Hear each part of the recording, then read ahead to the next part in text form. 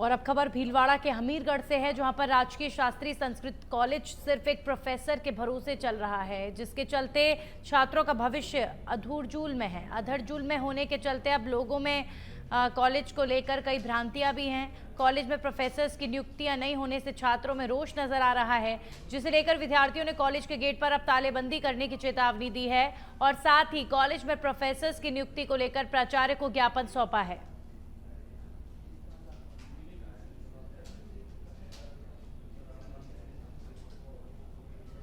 वहीं राजस्थान में 7 सीटों पर होने वाले उपचुनावों को लेकर राजनीतिक पार्टियों ने तैयारी शुरू कर दी है, तो वहीं दूसरी तरफ लोक जनशक्ति पार्टी ने भी ताल ठोक दी है, जहां बिना किसी गठबंधन के लोक जनशक्ति पार्टी राजस्थान में चुनाव लड़ेगी। इस दौरान पार्टी के महासचिव घनश्याम ने बताया कि आजादी से लेकर अब तक कांग्रेस बीजेपी ने आम जनता को विकास के नाम पर बेवकूफ बनाया है। साथ ही कहा कि उपचुनाव में आदिवासी समाज को मुख्यधारा में जोड़ना और युवाओं को रोजगार देने के मुद्दे पर हम चुनाव लड़ेंगे, जिसे लेकर जल्द प्रदेश में पार्टी की एक बड़ी मीटिंग होगी।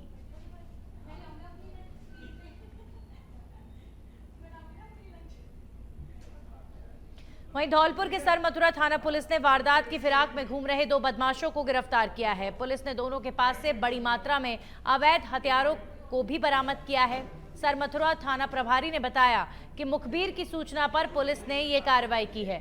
फिलहाल पुलिस मामले की जांच में जुट गई है।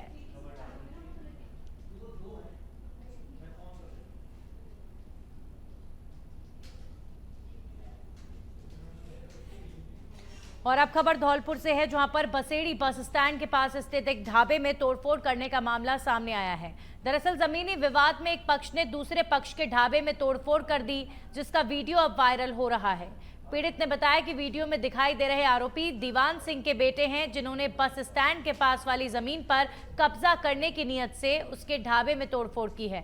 फिलहाल पीड़ित ने बसेड़ी थाने में आरोपियों के खिलाफ शिकायत दी है।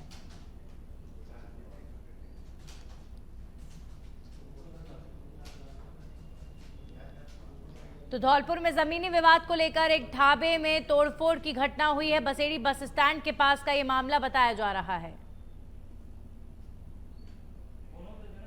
और इसी बीच एक और खबर धौलपुर से है। रेलवे स्टेशन के बाहर रविवार सुबह 10 रुपए को लेकर एक ग्राहक और दुकानदार के बीच जमकर मारपीट हो गई। दुकानदार ने ग्राहक पर सरिये से हमला कर दिया, जहां मारपीट में दोनों लोग घायल हो गए हैं। तो वहीं मारपीट की सूचना पर कोतवाली पुलिस मौके पर पहुंची और दोनों घायलों को जिला अस्पताल भेजा गया है। रेलवे स्टेशन के बाहर एक पोहे के ठेले पर भी एक साइकिल सवार युवक पोहा खाने के लिए पहुंचा था, जहां पर ठेला संचालक ने साइकिल सवार से जब पैसे मांगे तो युवक ने पैसे देने से इनकार कर दिया, जिसके बाद कहासुनी हो गई।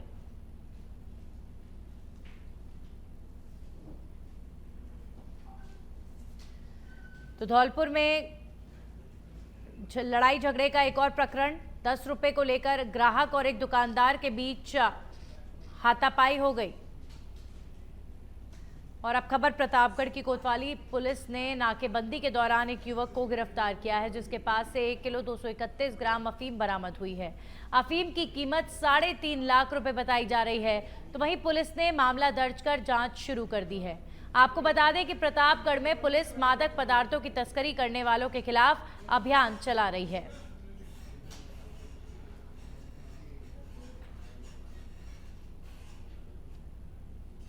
करते हुए 1 किलो 230 ग्राम अवैध अफीम के साथ एक आरोपी को गिरफ्तार किया, एक मोटरसाइकिल को डिटेन किया। मुख्यालय द्वारा अवैध मादक पदार्थों की धरपकड़ के लिए विशेष अभियान चलाया जा रहा है। श्रीमान एसपी साहब बनवारी लाल जी के निर्देशन में, सीओ साहब के मार्गदर्शन में उस थानाधिकारी द्वारा विशेष टीम का गठन कर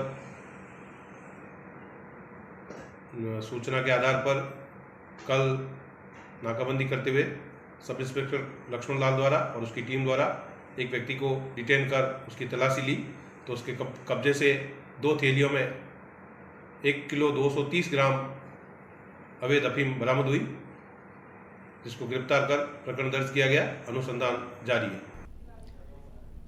वहीं अलवर में खेड़ली कस्बे के रोनिजा थान गांव में इन दिनों पर चोर गिरोह लगातार सक्रिय है। आए दिन खेतों से सबमर्सिबल पंप, केबल, पाइप चोरी की घटनाएं सामने आ रही हैं, जिसके बाद ग्रामीण परेशान हैं और अब किसान गजेंद्र रावत ने थाने में मामला दर्ज कराया है कि चोर उसके खेत से सबमर्सिबल मोटर और 600 फीट केबल को चोरी कर ले गए।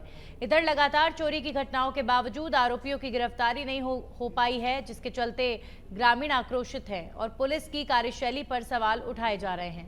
ग्रामीण थाने पहुंचे और अज्ञात चोरों को जल्द गिरफ्तार करने की मांग की गई है। से समर्सिबल मोटर और उसकी केबल 600 फुट केबल चोरी हुई है। उससे पहले भी 2 बार हमारे यहाँ बोर से केबल चोरी हो चुकी है, जिसके बारे में हमने थाने में रिपोर्ट दर्ज करवा रखी थी।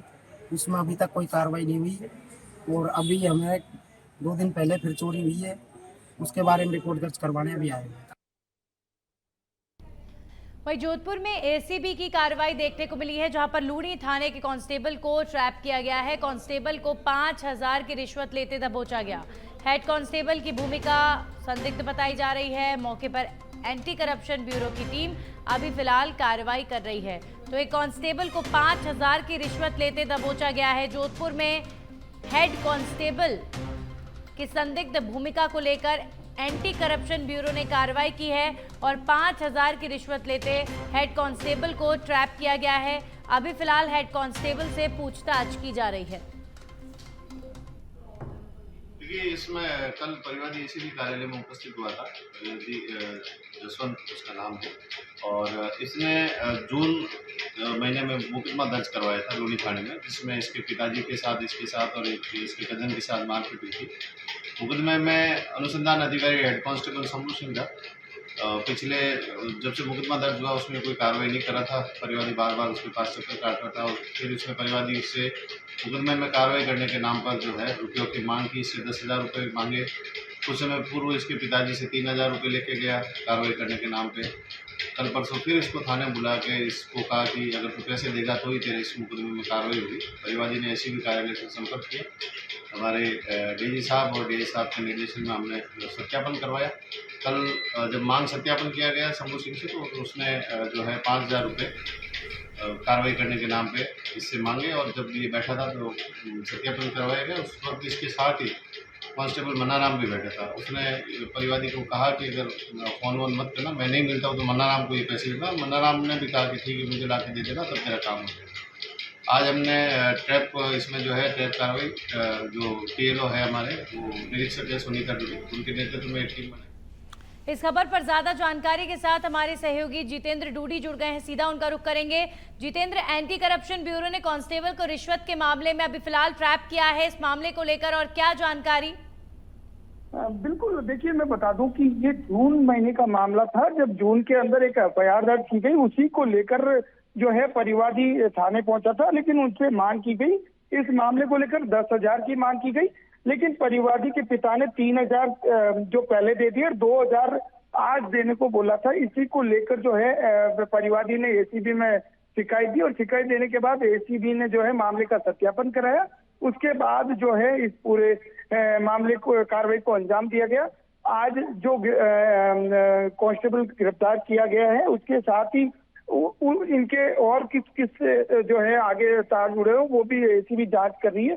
फिलहाल जो है उसको कांस्टेबल को गिरफ्तार करके जो है एसीबी अपने साथ लेकर गई है। जी जितेंद्र, अभी फिलहाल एसीबी पता करने का प्रयास कर रही है कि क्या रिश्वतखोरी में और भी कोई कर्मचारी इन्वॉल्व था, पुलिस कर्मचारी इन्वॉल्व था। इस बारे में चर्चा की जा रही है, बातचीत की जा रही है। लेकिन जितेंद्र, ये जो पूरा मामला है, इसमें आखिर किस मार्फत कांस्टेबल ने रिश्वत मांगी, और ऐसे कर्मचारियों के खिलाफ सख्त कार्रवाई होनी चाहिए क्योंकि रिश्वतखोरी के प्रकरण लगातार प्रदेश में बढ़ रहे हैं।